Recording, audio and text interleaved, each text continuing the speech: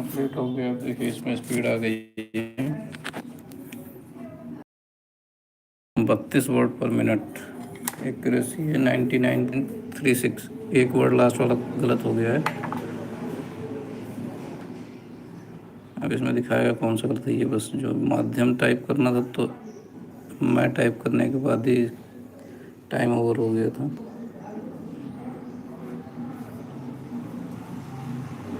तो यहाँ क्वालिफाइड लिख के आया क्योंकि इसमें 25 वर्ड पर मिनट मांगा था।